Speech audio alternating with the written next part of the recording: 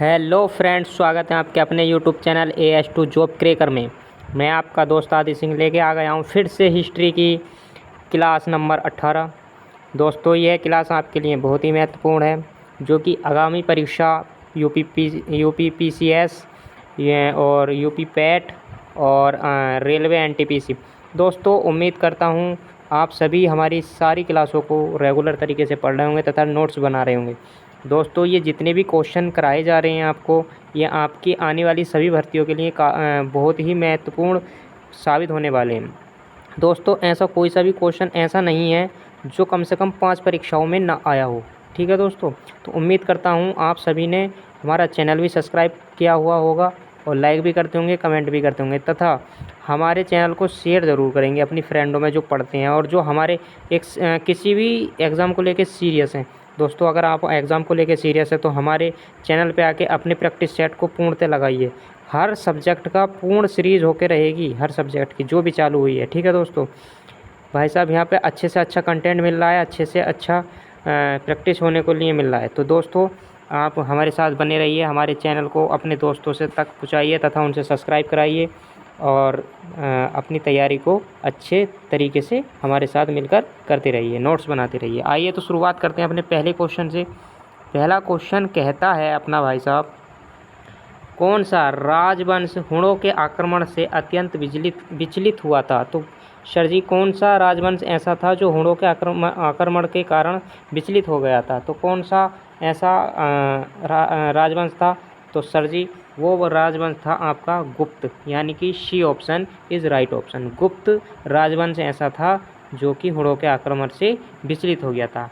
और सबसे बता देता हूँ, हुणों का पहला भारतीय आक्रमण गुप्त सम्राट स्कंदगुप्त के शासनकाल में होता है। सब पहला हुणों का जो वो हुआ था आक्रमण, तो पहला आक्रमण कहाँ हुआ था? समुद्रगुप्त के शासन में। किसके शासन में? समुद्रगुप्त के। ठीक है, प्रथम आक्रमण जो हुआ था समुद्रगुप्त के शासन में हुआ था। ठीक है दोस्तों, आइए चलते हैं आगे अगले क्वेश्चन पे, क्वेश्चन नंबर 2। तो क्वेश्चन नंबर 2 कहता है, हुणों ने भारत पर आक्रमण किया था, यानी कि ये आपके राजाएं दिए गए हैं, शासक दिए गए हैं, इनमें से किसके शासन में हुणों का आक्रमण हुआ था? तो बताएंगे किसके शासन में हुआ था। तो दोस्तों, वही देखो, अभी बताया था मैंने, स्कंदगुप्त। तो C option is right option, यानी कि स्कंदगुप्त के शासनकाल में हमारे भारत में आक्रमण हुआ था। ठीक है दोस्तों, आइए चलते हैं क्वेश्चन नंबर 3 पे। 3 कहता है, निम्नलिखित में से किस गुप्त शासक ने हुणों पर विजय प्राप्त की? Very very important question, UP PCS तक की परीक्षा में पूछा गया, 5 स्टार का क्वेश्चन है दोस्तों। किस गुप्त शासक ने हुणों पर विजय प्राप्त की थी? तो किस शासक ने हुणों पर विजय प्राप्त की थी? तो वो की थी हमारे स्कंदगुप्त ने। किसने की थी? स्कंदगुप्त ने। ठीक है दोस्तों, आइए चलते हैं, यानी 3 का भी C option is right option. ठीक है दोस्तों, आइए चलते हैं क्वेश्चन नंबर आपका 3 कहता है, वो सॉरी 4 कहता है, गुप्त सम्राट जिसने हुणों को पराजित किए थे। ऐसा कौन सा गुप्त सम्राट है जिसने हुणों का आक्रमण जो था उसे हरा दिया था, तो पराजित किया था, यानी कि कौन था वो? तो आपका सही आंसर भाई साहब आप कमेंट भी करते रहें, ठीक है, और लिखते भी रहें। तो वो थे स्कंदगुप्त। कौन थे? स्कंदगुप्त, यानी 4 का C option is right option. भाई साहब, सारे के सारे ये हुणों वाले 5 स्टार के क्वेश्चन है, लिखते रहें भाई साहब, लिखते रहें, नोट्स बनाते रहें।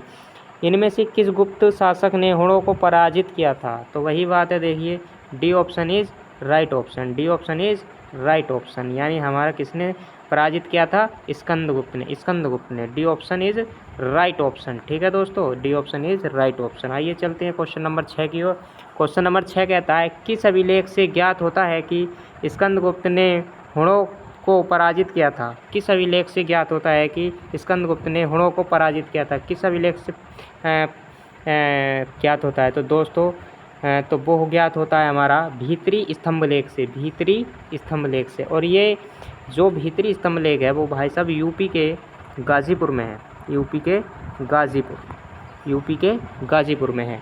ठीक है, और ये पड़ता है सैदपुर तहसील के अंतर्गत, भीतरी गांव। ठीक है, सैदपुर तहसील के अंतर्गत पड़ता है, यूपी गाज़ीपुर के अंतर्गत आता है। ठीक है, भीतरी स्तंभलेख, ये अभिलेख से पता चलता है कि स्कंदगुप्त ने हुणों को पराजित किया था। ठीक है, आइए क्वेश्चन नंबर चलते हैं 7 पर। 7 कहता है, गुप्त साम्राज्य के पतन के विभिन्न कारण थे, निम्न कथनों में से कौन सा कारण नहीं था। यानी कि देखिए हमारे गुप्त साम्राज्य के बहुत कारण ऐसे थे कि उसके पतन होने का संभावना थी, ठीक है, बट इनमें जो लिखे हुए कारण हैं, इनमें से ऐसा कौन सा कारण है जो सुटेबल नहीं बैठता, उसके अनुरूप सही नहीं बैठता, तो वो कौन सा सही नहीं बैठता? अरब आक्रमण, यानी कि 7 का डी ऑप्शन, यानी कि 7 का D option, D option is right option. अरब आक्रमण उस समय नहीं हुआ था, ठीक है। अरबों का देखिए मैं बता देता हूँ आपको, गुप्त साम्राज्य के पतन के कारण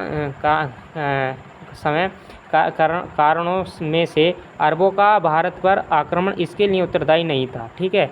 अरबों का आक्रमण इस पर उत्तरदायी नहीं था दोस्तों, ठीक है। आइए चलते हैं क्वेश्चन नंबर 8। क्वेश्चन नंबर 8 कहता है शक विजेता किसे जाना जाता है? शक विजेता किसे जाना जाता है? दोस्तों 4 ऑप्शन आपकी स्क्रीन पर दिए गए हैं, सही ऑप्शन छांट के अपने कमेंट करिए। तो शक विजेता किसे कहा जाता है? तो दोस्तों वो कहा जाता है चंद्रगुप्त द्वितीय को, चंद्रगुप्त द्वितीय को, यानी C option is right option, C option is right option. 8 का सी, 8 का सी, 8 का सी, यानी C option is right option. आइए चलते हैं, कहते हैं 9वां क्वेश्चन, रजत सिक्के जारी करने वाला प्रथम गुप्त शासक, रजत सिक्के जारी करने वाला प्रथम गुप्त शासक कौन था? तो भाई साहब प्रथम गुप्त शासक कौन था जिसने रजत सिक्के जारी किए थे?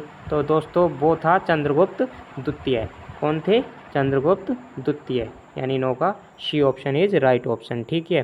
देखिए बता देता हूँ इसके बारे में, रजत सिक्के जारी करने वाला प्रथम जो शासक था वो चंद्रगुप्त द्वितीय था, जिन्हें विक्रमादित्य भी कहते थे, ठीक है, जिसको गुप्त काल में रुपयक, देखिए इस तरह से लिखा जाता है, रुपयक, रुपयक या रूपक, या रूपक, ठीक है, रूपक कहा जाता था, ठीक है। ये जो किया था वो चंद्रगुप्त द्वितीय ने चालू किया था, ठीक है दोस्तों। आइए चलते हैं क्वेश्चन नंबर 10 की ओर। 10 कहता है प्रसिद्ध चीनी यात्री फाहियान ने किसके शासनकाल में भारत की यात्रा की थी? भाई साहब very very important question, 5 star का, डबल 5 स्टार लगा दीजिए बल्कि इस पर, तो भाई साहब डबल 5 स्टार। प्रसिद्ध चीनी यात्री फाहियान किसके शासनकाल में आया था? तो वो शासनकाल में आया था भाई साहब आपके वो आया था चंद्रगुप्त द्वितीय के, यानी कि B option is right option, Chandragupta द्वितीय के, B option is right option, ठीक है। फाहियान चीनी यात्री था, ठीक है। आइए चलते हैं 11 की ओर। 11 कहता है मंदसौर प्रशस्ति किस शासक की उपलब्धियों का विवरण प्रस्तुत करता है? मंदसौर प्रशस्ति किस शासक की उपलब्धियों का विवरण प्रस्तुत करता है? तो किसकी उपलब्धियों का विवरण प्रस्तुत करता है? कमेंट करते रहें दोस्तों। 5 स्टार का क्वेश्चन है, ये भी 5 स्टार का क्वेश्चन है, कई परीक्षाओं में पूछा गया है। तो क्या बताइए दोस्तों, उपलब्धियों का विवरण किस शासक की उपलब्धियों का विवरण प्रस्तुत करता है? तो वो प्रस्तुत करता है आपका कुमारगुप्त प्रथम का, कुमारगुप्त प्रथम का, यानी कि 11 का डी ऑप्शन, यानी कि 11 का डी ऑप्शन। आइए चलते हैं 12 क्वेश्चन पे। 12 कहते हैं रेशम बुनकरों की श्रेणी की जानकारी निम्न में से किस शिलालेख से मिलती है? रेशम बुनकरों की श्रेणी की जानकारी किस शिलालेख से मिलती है? तो भाई सब बताएंगे रेशम बुनकरों की, दसपुर शिलालेख पढ़ा होगा आपने ज़रूर, दसपुर, ठीक है, दसपुर शिलालेख, जो कि मंदसौर शिलालेख भी कहलाता है, ठीक है दोस्तों, मंदसौर शिलालेख भी कहलाता है। इसका A answer is right answer. आइए चलते हैं 13 पे। 13 कहता है प्राचीन काल में किस वर्ण को सार्थवाह भी कहा जाता था? प्राचीन काल में किस वर्ण को सार्थवाह भी कहा जाता था? किस वर्ण को सार्थवाह भी कहा जाता था? तो वो कहा जाता था भाई साहब आपके, देखिए कमेंट भी करते रहें दोस्तों, कमेंट के बिना आपका कुछ नहीं होने वाला, बिना कमेंट के तो हम खुद नहीं मोटिवेट होते हैं जब तक आपका वो नहीं पता चलेगा कि भाई आप पढ़ रहे हो, आप लिख रहे हो या नहीं लिख रहे हो, ठीक है। तो भाई साहब इसका आंसर होगा सी, वैश्य। किस सार्थवाह किसे कहते थे? वैश्य को कहते थे, यानी 13 का C answer is right answer. आइए चलते हैं क्वेश्चन नंबर 14 की ओर। 14 कहता है निम्न में से किसका प्राचीन भारत के आयुर्वेद शास्त्र से संबंध नहीं है? देखिए निम्न में लिखित में से किसका प्राचीन भारत के आयुर्वेद शास्त्र से संबंध नहीं है? तो किसका नहीं है भाई साहब? तो यह आपके सामने ऑप्शन दिए हैं, उचित ऑप्शन देकर कमेंट भी किया करो दोस्तों, कमेंट भी किया करो। आयुर्वेद से संबंध नहीं है तो वो नहीं है भास्कराचार्य जी का, भास्कराचार्य जी का, यानी कि 14 का B answer is right answer, Bhaskaracharya ji का। बाकी इन तीनों का भाई साहब है, ठीक है। आइए चलते हैं क्वेश्चन नंबर 15 की ओर। क्वेश्चन नंबर 15 कहता है लीलावती के लेखक हैं? वाह वाह वाह, क्या क्वेश्चन है, 5 स्टार का, डबल 5 स्टार का क्वेश्चन है। डबल 5 स्टार का। 100% आता है कहीं ना कहीं। लीलावती के लेखक कौन है? तो लीलावती के लेखक हैं Bhaskaracharya. C option is right option, Bhaskaracharya. C option is right answer. ठीक है दोस्तों, आइए चलते हैं क्वेश्चन नंबर 16 की ओर। 16 कहता है भारतीय यात्रा में फाहियान ने एक अस्पताल को लेकर वह यह स्थित है। भारत में जो जब फाहियान भारत आया था तो उसने यहाँ के एक अस्पताल को ले किया था, तो वो कौन सा अस्पताल था और किस जगह था? तो उसके ऑप्शन नीचे दिए गए हैं, तो बताइए किस जगह था वो। तो दोस्तों वो अस्पताल बताएंगे तो वो अस्पताल था भाई साहब पाटलिपुत्र में। कहाँ था? पाटलिपुत्र में। यानी कि 16 का D option is right option. 16 का D option is right option. ठीक है दोस्तों, और ये ज़्यादातर आपने पढ़ा भी होगा। 5 स्टार का क्वेश्चन है, लिख के चलेंगे। ठीक है, 5 स्टार का। फाहियान के तो सारे के सारे इंपॉर्टेंट क्वेश्चन हैं। ठीक है दोस्तों, यहाँ निःशुल्क दवाई दी जाती थी गरीबों को, वो भोजन भी मिलता था यहाँ पे। ठीक है दोस्तों, हैं ये पाटलिपुत्र नगर में था। आइए चलते हैं क्वेश्चन नंबर 17 की ओर, जो कि इस क्लास का लास्ट क्वेश्चन है। क्वेश्चन नंबर 17 कहता है गुप्त संवत की स्थापना किसने की थी? गुप्त संवत की स्थापना very very important, very very important है दोस्तों। गुप्त संवत की स्थापना की थी चंद्रगुप्त प्रथम ने, यानी कि 17 का ए, यानी कि 17 का ए। गुप्त संवत की स्थापना की थी 17 का ए चंद्रगुप्त ने। ठीक है, प्रथम ने। ठीक है दोस्तों, उम्मीद करता हूँ आपको हमारी क्लास अच्छी लगी होगी।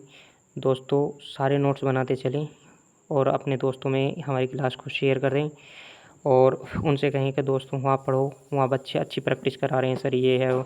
और आपकी हिस्ट्री बहुत जल्दी से कंप्लीट हो जाएगी और इसी तरह से सीरीज चलेगी शुरू से आखिर लो। ठीक है दोस्तों, हम गुप्तोत्तर काल पढ़ रहे हैं अभी और शुरू से आखिर तक पूरा पढ़ेंगे, सारे के सारे चैप्टर पढ़ेंगे। ठीक है दोस्तों, नमस्कार, जय।